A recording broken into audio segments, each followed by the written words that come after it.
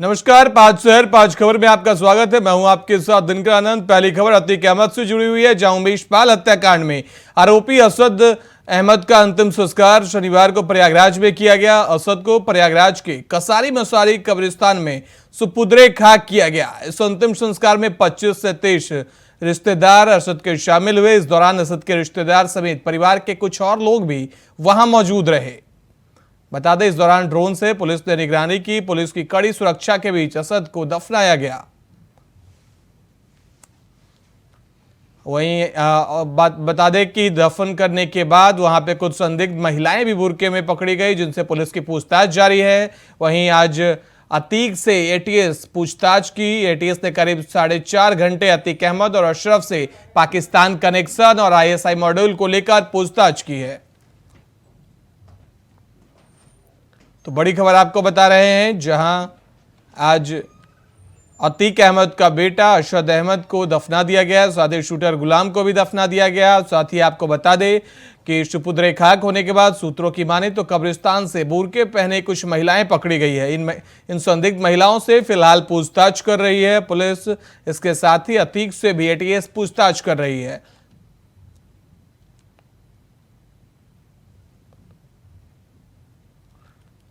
तो आज माफिया अतीक अहमद का बेटा अरशद सुपुर्दे खाक हो गया है। आपको बता दें कि यूपी एटीएस आज अतीक अहमद से करीब 4.5 घंटे पूछताछ की। हथियार के मामले में एटीएस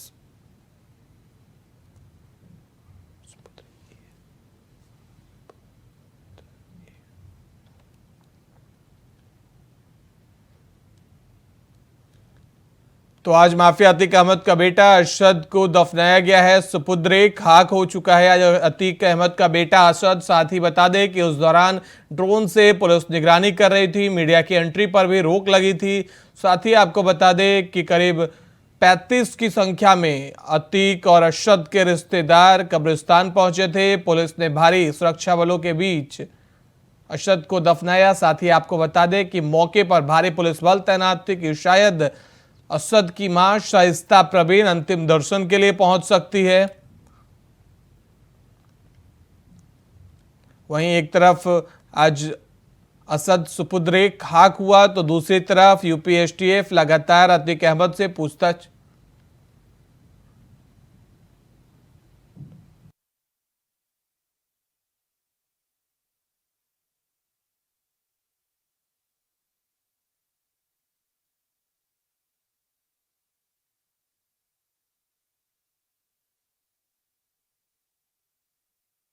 मसारी स्थित कब्रिस्तान में आज असद को दफनाया गया। आपको बता दें, इस दौरान असद के नाना मौसा सहित 35 रिश्तेदार मौजूद रहे। साथ ही आपको बता दें कि एक तरफ एटीएस लगातार अतीक अहमद और उसके भाई अशरफ से 4.5 घंटे तक पूछताछ की।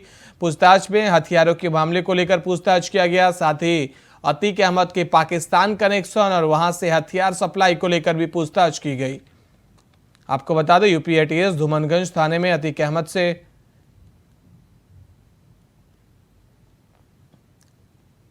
वहीं इस खबर पे ज्यादा जानकारी के लिए हमारे संवाददाता शोएब रिजवी हमारे साथ लाइव जुड़ गए हैं। शोएब, आज असद को दफनाया गया, साथ ही एक तरफ अतीक अहमद से भी पूछताछ की गई। कैसा रहा आज पूरा माहौल प्रयागराज में असद को लेकर?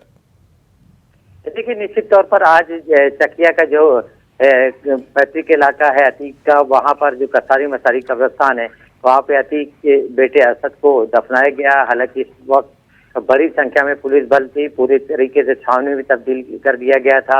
हर आने जाने वाले को जो कब्रिस्तान में जाना चाहते थे उनको चेक करके ही जाने दिया गया और बहुत लिमिटेड लोगों को ही वहां जाने दिया गया। इस बीच में महिला पुलिस भी सक्रिय थी, क्योंकि ये तमाम तरह की चर्चाएं थी कि शाइस्ता भी इस मौके पर आ सकती है। हालांकि ये सारे कयास गलत साबित हुए। इस तरह से पूरे इलाके में एक तरह से पुलिस लगातार गश्त कर रही थी। तमाम जो आला अधिकारी हैं वो फील्ड पर सामने नजर आ रहे थे। वहीं जो दूसरा शूटर है गुलाम, उसको यहीं से थोड़ी दूर पर मेहनौरी का कब्रिस्तान है, वहां पे उसको दफन किया गया। तो इस तरह से कह सकते हैं कि पूरा गमगीन माहौल जरूर था। उस चकिया के इलाके में जो लोग थे वो थोड़ा अपने ही इलाके के नौजवान के जाने से थोड़ा दुखी जरूर थे, लेकिन जिस तरह से उसका इनकाउंटर किया गया, जिस तरह से पुलिस ने कार्रवाई की, उसके बाद पुलिस ने तमाम एहतियाती कदम भी उठाए हुए थे। बड़ी संख्या में सुरक्षा बल को लगाया गया था। और जहां तक अतीक की बात है, तो अतीक की मुश्किलें अब और बढ़ने वाली हैं, क्योंकि एटीएस भी लगातार अब पूछताछ कर रही है कल भी एटीएस से पूछताछ की थी, आज भी एटीएस पूछताछ कर रही है, क्योंकि इस पूरे मामले में कहीं ना कहीं पाकिस्तान कनेक्शन की बात निकलकर सामने आ रही है, जो असलहों की बात निकलकर सामने आ रही है। तो उसको लेकर के एटीएस की अलग अलग टीमें पूछताछ कर रही है। पूछताछ करने में ये जानकारी इकट्ठा करने की कोशिश कर रही है कि इसमें कितनी सत्यता है, और जिस तरह से ये बातें निकल कर आ रही हैं कि ये ड्रोन के जरिए असलहे पाकिस्तान से भेजे गए थे, इस तरह की चीजें, तो उसकी सत्यता को जांचने और तमाम पहलुओं पर एटीएस पूछताछ कर रही। साथ ही साथ उमेश पाल हत्याकांड से जुड़े मामले पर भी जो विवेचक है, रिधुमंजन पुलिस है, वो उनसे लगातार पूछताछ कर रही। इस बीच कल भी उन्हें कौशाम्बी के कुछ इलाके में ले जाया गया था अतीक अशरफ को, और अब उम्मीद की जा रही कि कम समय बचा है रिमांड का, 17 तारीख। बहुत बहुत धन्यवाद शोएब हमारे साथ जुड़ने के लिए, खबर पे ज्यादा जानकारी देने के लिए। बढ़ते हैं अगली खबर की ओर। अगली खबर शाहजहांपुर से, जहां उस वक्त एक बड़ा सड़क हादसा हो गया जब एक ट्रैक्टर और ट्रॉली पुल से नीचे जा गिरे। इस हादसे में कुल 13 लोगों की मौत हो गई। बताया जा रहा है कि ट्रॉली में 2 दर्जन लोग सवार थे। घायलों को फिलहाल अस्पताल में भर्ती कराया गया है। उधर डीएम ने 13 लोगों के मरने की पुष्टि भी कर दी है। उधर हादसे पर सीएम योगी आदित्यनाथ ने दुख भी जताया है। आप तस्वीरें देख सकते हैं किस तरीके से पुल से नीचे ट्रैक्टर और ट्रॉली गिरी। आपको बता दें कि हादसे में डीएम ने 13 लोगों के मरने की पुष्टि की है। तो वहीं मामले पर हादसे पर सीएम योगी ने दुख जताया है। फिलहाल घायलों को अस्पताल में भर्ती कराया गया। बता दें कि ट्रॉली में 2 दर्जन से अधिक लोग सवार थे। यह हादसा उस वक्त हुआ जब ट्रैक्टर और ट्रॉली दोनों पुल से नीचे जा गिरे। आप तस्वीरों में देख सकते हैं कि किस तरीके से ट्रैक्टर के परखच्चे उड़ गए हैं। आप समझ सकते हैं, आकलन लगा सकते हैं कि कितना भयावह वो मंजर होगा जब ट्रैक्टर और ट्रॉली पुल से नीचे गिरे होंगे। हादसे में कुल 13 लोगों की जान चली गई है। बताया जा रहा है कि ट्रॉली में 2 दर्जन लोग सवार थे। घायलों को फिलहाल अस्पताल में भर्ती कराया गया है। उधर डीएम ने 13 लोगों की मरने की पुष्टि की है। हादसे पर सीएम योगी आदित्यनाथ ने भी दुख जताया है। वहीं इस खबर पर ज्यादा जानकारी के लिए हमारे साथ हमारे संवाददाता रोहित पांडे फोन लाइन पे जुड़ गए हैं। रोहित, क्या कुछ अपडेट है घायलों को लेकर? घायलों का इलाज जारी है? ये शाहजहांपुर के तिलहर थाना क्षेत्र का मामला है, बिसिमपुर का, जहां पर ट्रैक्टर ट्रॉली से 20 से 25 लोग थे जो नीचे जा गिरे रेलिंग तोड़कर, और सभी घायलों को मेडिकल कॉलेज लाया गया है। वहां पर जो मृत है उनकी संख्या, यहाँ के एसएसपी जो है एस आनंद, उन्होंने 6 बताई है। और यहाँ एसपी सिटी से बात की तो एसपी सिटी का कहना है कि यहाँ पर जो 15 लोग आए हुए हैं वो 15 के 15 घायल है। यहाँ पर कोई मृत नहीं है। अभी 15 का उपचार चल रहा है। आगे एक आध लोग जो भी आ रहे हैं वो आ रहे हैं, लेकिन टोटल में 15 लोग आ चुके हैं, उनका इलाज चल रहा है। यहाँ पर कोई मृत नहीं है अभी भी। और शाहजहांपुर के एसएसपी एस आनंद ने 6 लोगों की मृत होने की अभी तक पुष्टि की है। जी, हादसे की मुख्य वजह क्या रही रोहित? क्या तेज रफ्तार या फिर कुछ और? देखिए, हादसे की वजह की अभी पुलिस जांच कर रही है कि क्या वजह रही, लेकिन ट्रैक्टर ट्रॉली में लोग सवार थे। और ये बिसिमपुर पड़ता है थाना तिलहर क्षेत्र में, जो पुल, उस पुल को तोड़कर ट्रैक्टर नीचे ट्रॉली के सहित जा गिरा, जिसमें बच्चे, महिलाएं और पुरुष शामिल थे। तो सभी लोग घायल हो गए। जो 6 लोग हैं वो मृत हो गए, जो अभी तक एसपी एस आनंद का कहना है। लोगों का कहना है कुछ और लोग भी मृत हुए हैं, लेकिन 6 की पुष्टि पुलिस प्रशासन अभी कर रहा है। और लोग घायलों को बहुत बहुत धन्यवाद रोहित हमारे साथ जुड़ने के लिए और खबर पे ज्यादा जानकारी देने के लिए। अगली खबर यूपी नगर निकाय चुनाव को लेकर है। मेयर और पार्षद पद के उम्मीदवारों के नामों को लेकर बीजेपी का मंथन पूरा हो गया है, जिसके बाद माना जा रहा है कि जल्द बीजेपी अपनी सूची जारी कर सकती है। इससे पहले लखनऊ में बीजेपी कोर कमेटी की बैठक हुई, जिसमें सभी मेयर पद और नगर पालिका अध्यक्षों के नाम को लेकर चर्चा की गई। इस बैठक में एक सुझाव यह भी आया कि सिटिंग मेयर को चुनाव मैदान में उतारा जाए, लेकिन इस पर आखिरी फैसला लेने के लिए केंद्रीय नेतृत्व को अधिकृत कर दिया गया है। सूत्रों की माने तो मेयर और नगर पालिका अध्यक्ष के नाम पर चर्चा पूरी हो गई है और जल्द ही सूची जारी की जा सकती है। तो निकाय चुनाव को लेकर सभी पार्टियां पुरजोर तैयारी में जुटी हुई हैं। सभी पार्टियां जल्द ही प्रत्याशियों की लिस्ट जारी कर रही है। खबर पर ज्यादा जानकारी के लिए हमारे साथ हमारे संवाददाता प्रियम पाठक जुड़ गए हैं। प्रियम, बीजेपी सारी तैयारी कर चुकी है, बीजेपी की प्रत्याशियों की लिस्ट जारी हो रही है। बिल्कुल, देखिए, बीजेपी लगातार जो है वो मंथन किया है। बीजेपी की तरफ से बड़े स्तर पर मंथन किया गया है और माना जा रहा है कि जल्द ही बीजेपी का जो मंथन जैसे ही पूरा होगा, केंद्रीय नेतृत्व की तरफ से एक ग्रीन सिग्नल मिलेगा, उसके तुरंत बाद जो प्रत्याशियों की सूची है वो किसी भी वक्त आ सकती है।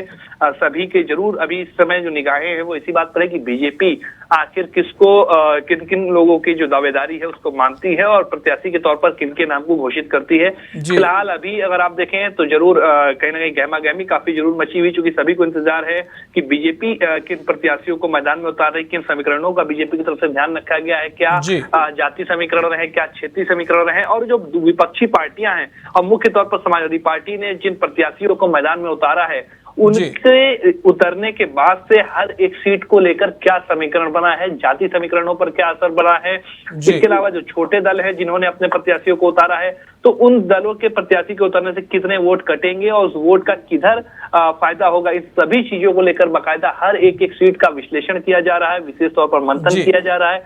कल देर शाम तक भी मुख्यमंत्री आवास पर बीजेपी की कोर कमेटी की बैठक चलती रही, जिस बैठक के अंदर इस बात को लेकर चर्चा की गई कि आखिर प्रत्याशियों के जो नाम हैं उनकी सूची को तैयार किया गया है। आज जो वरिष्ठ पदाधिकारी हैं बीजेपी के, वो उस सूची को लेकर दिल्ली पहुंचे हैं, वहां पर शीर्ष नेतृत्व के साथ में चर्चा हो रही है और जैसे ही शीर्ष नेतृत्व की तरफ से ग्रीन सिग्नल मिलेगा उसके तुरंत बाद बीजेपी जो है उम्मीदवारों की सूची जारी करेगी। क्योंकि वक्त अब केवल अगर आप देखें कल और परसों 2 दिन का समय ही शेष बचा हुआ है।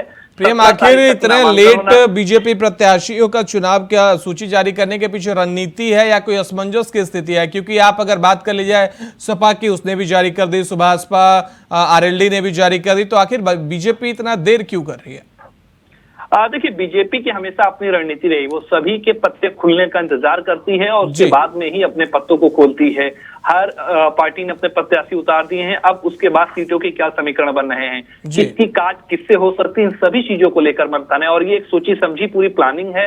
प्लानिंग का एक ये हिस्सा है कि जो इतनी देर की जा रही है अपने प्रत्याशियों के नाम की घोषणा करने को लेकर, और इसीलिए कहा जा रहा है कि किसी भी वक्त अब वो सूची आ सकती है, क्योंकि समय बहुत कम बचा है। कल और परसों 2 दिन का केवल वक्त है जब पहले चरण के लिए नामांकन जो है वो हो सकता है। 17 तारीख के बाद नामांकन बंद हो जाएगा। पहले चरण के लिए 4 मई को मतदान होने हैं, पहले चरण को लेकर 9 मंडल हैं।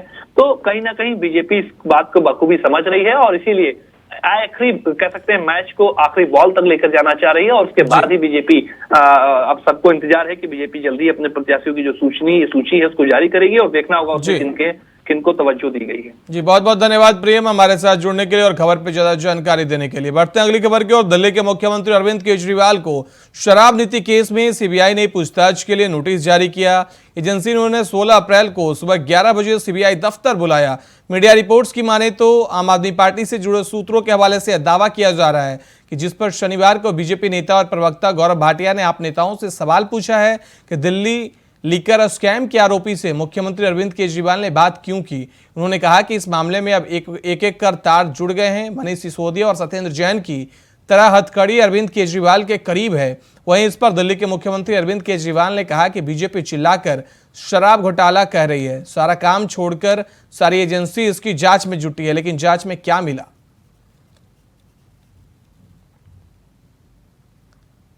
तो दिल्ली में सियासत लगातार गरमा चुकी है। लगातार प्रेस कॉन्फ्रेंस का दौर जारी है। एक तरफ जहां रविवार को मुख्यमंत्री अरविंद केजरीवाल से सीबीआई 11 बजे पूछताछ करेगी, तो दूसरी तरफ बीजेपी प्रवक्ता गौरव भाटिया लगातार प्रेस कॉन्फ्रेंस कर मुख्यमंत्री अरविंद केजरीवाल पर आरोप लगा रहे हैं। खबर पर ज्यादा जानकारी के लिए हमारे साथ नितिन चौधरी, हमारे संवाददाता न्यूज रूम से हमारे साथ जुड़ गए हैं। नितिन, मनीष सिसोदिया, सत्येंद्र जैन और अब आगे अरविंद केजरीवाल, पूछताछ दोनों से हुई थी, पूछताछ केजरीवाल से भी है और एक तरफ बीजेपी लगातार कह रही है हथकड़ी नजदीक है केजरीवाल की।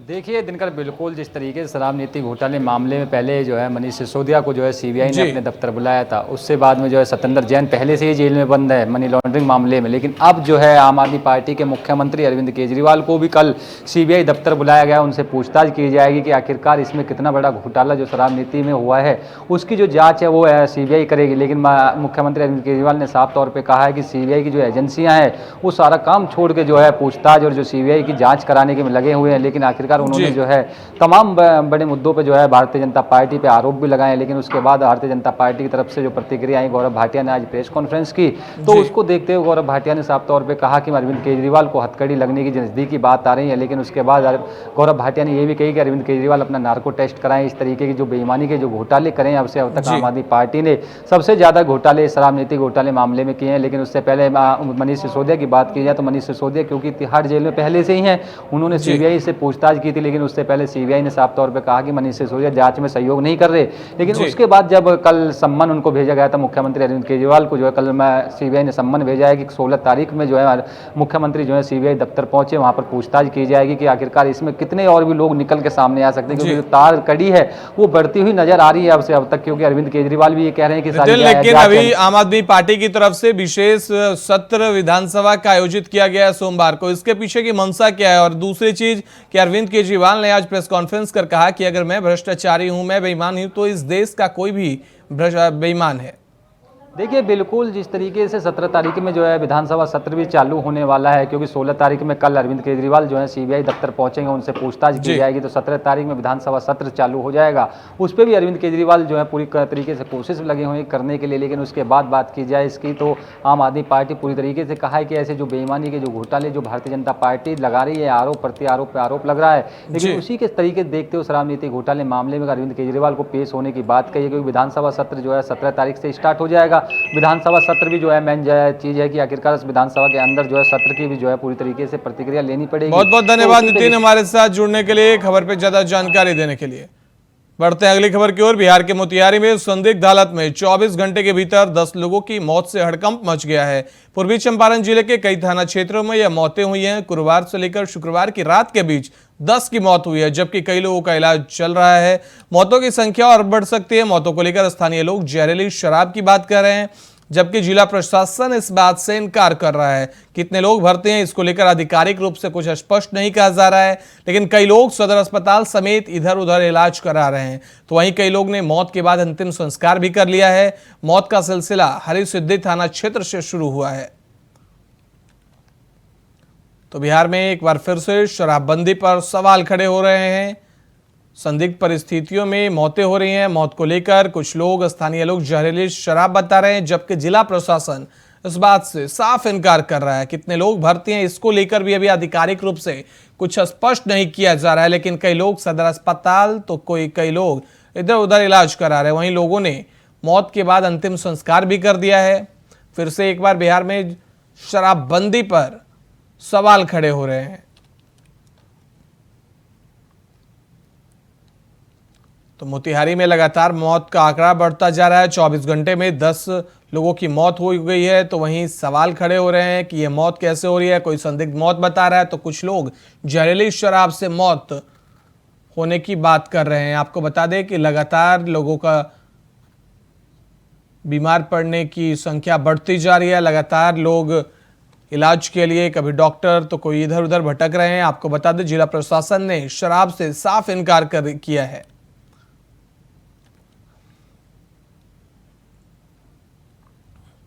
तो बिहार के मोतिहारी की आपको खबर बता रहे हैं, जहां एक बार फिर से संदिग्ध परिस्थितियों में लोगों की मौत हो रही है। 24 घंटे में पिछले 10 लोगों की मौत हो चुकी है, जबकि कई लोगों का इलाज जारी है। मौत की संख्या और बढ़ सकती है। मौतों को लेकर स्थानीय लोग जहरीली शराब बता रहे हैं, जबकि जिला प्रशासन इस बात से इनकार कर रहा है। हालांकि कितने लोग भर्ती हैं इसको लेकर भी आधिकारिक रूप से कुछ स्पष्ट नहीं कहा जा रहा है, लेकिन कई लोग सदर अस्पताल समेत इधर उधर इलाज करा रहे हैं। तो वहीं कई लोग मौत को शराब बता रहे हैं, कुछ लोग संदिग्ध मौत बता रहे हैं।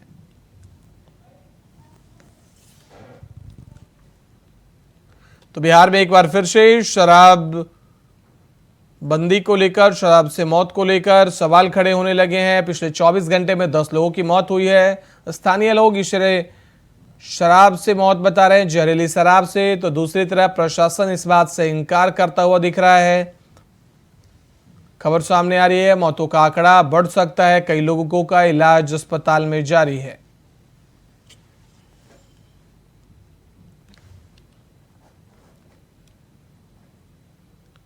जहरीली शराब पीने से मौत की आशंका फिर से बिहार के मोतिहारी में उठी हुई है। आपको बता दें 24 घंटे में 10 लोगों की मौत हो चुकी है। जिला प्रशासन जहरीली शराब से साफ इनकार कर रहा है। आधिकारिक रूप से अब तक कुछ साफ नहीं हो पाई है कि कितने लोग गंभीर रूप से बीमार हैं या उनका इलाज चल रहा है।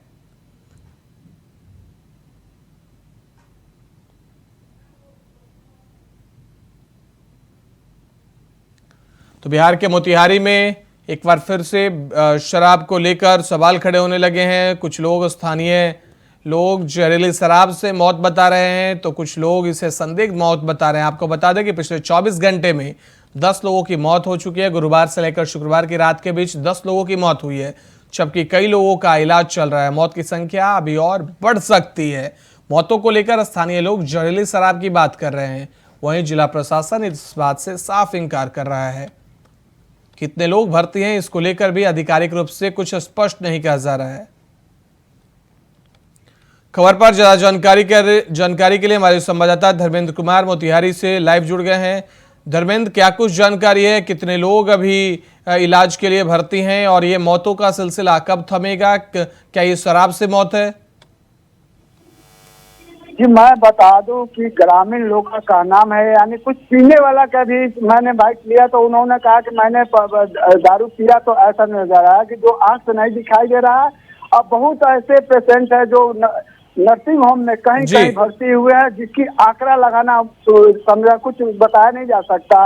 लेकिन अभी लक्ष्मीपुर में कल आज सुबह तक 3 लाशें पहुंची हुई थी, 3 लाश को जला दिया गया था। लेकिन अभी भी वो लाश अभी जस्ट मुजफ्फरपुर से पहुंची है, जो मुजफ्फरपुर में मौत हो गई।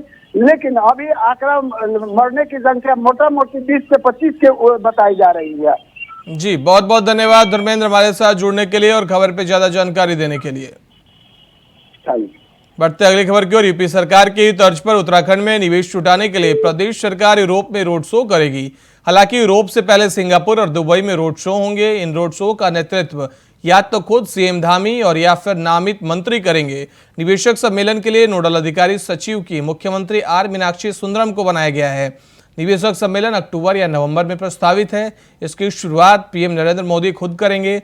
सम्मेलन से पहले देश और विदेश में रोड शो होंगे। बेंगलुरु, इंदौर, दिल्ली, मुंबई समेत देश के प्रमुख बड़े और औद्योगिक शहरों में रोड शो होंगे। रोड शो की कार्य योजना मैकेंजी ग्लोबल टीम तैयार कर रही है। तो अब देवभूमि उत्तराखंड में निवेश की बहार आएगी। उत्तर प्रदेश की तर्ज पर उत्तराखंड में भी ग्लोबल इन्वेस्टर समिट किया जा रहा है। अक्टूबर और नवंबर के महीने में समिट किया जाएगा। इसके लिए देश विदेश में रोड शो किए जाएंगे, जिसके लिए नेतृत्व सीएम या फिर नामित मंत्री करेंगे। इसकी शुरुआत प्रधानमंत्री नरेंद्र मोदी खुद कर सकते हैं। खबर पर ज्यादा जानकारी के लिए हमारे संवाददाता अभय केंतुरा फोन लाइन पे जुड़ गए हैं। अभय, क्या कुछ जानकारी सामने आ रही है? उत्तर प्रदेश की तर्ज पर उत्तराखंड में भी निवेश होंगे, राज्य में बाहर आएगी निवेश की। ये कह सकते हैं कि इन्वेस्टर समिट के लिए उत्तराखंड राज्य एक बार फिर से तैयार हो चुका है। अक्टूबर नवंबर माह में ये इन्वेस्टर समिट यहाँ पर आयोजित किया जा रहा है, जिससे राज्य सरकार ने 50,000 करोड़ से ज्यादा का लक्ष्य निर्धारित यहाँ पर करा है कि 50,000 करोड़ से ज्यादा के निवेश यहाँ पर किए जा सकते हैं जी। उसके लिए मुख्यमंत्री के जो सचिव हैं और आर मीनाक्षी सुंदरम, उनको नोडल अधिकारी यहाँ पर अपॉइंट कर दिया गया है। साथ ही जो कंपनी यहाँ पर राज्य में विकास के निवेश को लेकर जो काम यहाँ पर कर रही है, उनकी तरफ से रोड शो के आयोजन यहाँ पर किए जाएंगे, जो विभिन्न शहरों में, देश के विभिन्न शहरों में यहाँ पर होंगे। उसकी कार्य रूपरेखा बनाने का काम यहाँ पर किया जा रहा है। दुबई या सिंगापुर में भी ये इन्वेस्टर समिट के लिए यहाँ पर रोड शो का आयोजन यहाँ पर किया जाएगा, ताकि दूसरे देशों का भी निवेश यहाँ पर बढ़ सके। उत्तराखंड राज्य में किस प्रकार से विकास की रफ्तार को बढ़ाया जा सकता है, उन सब चीजों को लेकर ये इन्वेस्टर समिट यहाँ पर बुलाया गया है। तो सीधे तौर पर कहा जा सकता है कि धामी सरकार विकास को लेकर कटिबद्ध है और लगातार संख्याओं के आधार पर लगातार निवेशकों के माध्यम से राज्य में निवेश को बढ़ाने का ध्यान आकर्षित करने का काम यहाँ पर सरकार कर रही है। और जो पॉलिसी है निवेश के लिए, सीधे तौर पर किस आधार पर वो निवेश उतर सके, उसके लिए सिंगल विंडो सिस्टम यहाँ पर तैयार किया जा रहा है, ताकि जो निवेशक यहाँ पर आए उन्हें सुगमता से उनके निवेश करने का रास्ता यहाँ पर दिया जा सके और वो राज्य में ज्यादा से ज्यादा निवेश लगाया जा सके। जी, बहुत बहुत धन्यवाद अभय हमारे साथ जुड़ने के लिए और खबर पर ज्यादा जानकारी देने के लिए। तो 5 शहर 5 खबर में आज के लिए इतना ही। बाकी देश दुनिया की खबरों के लिए देखते रहिए इंडिया वॉइस।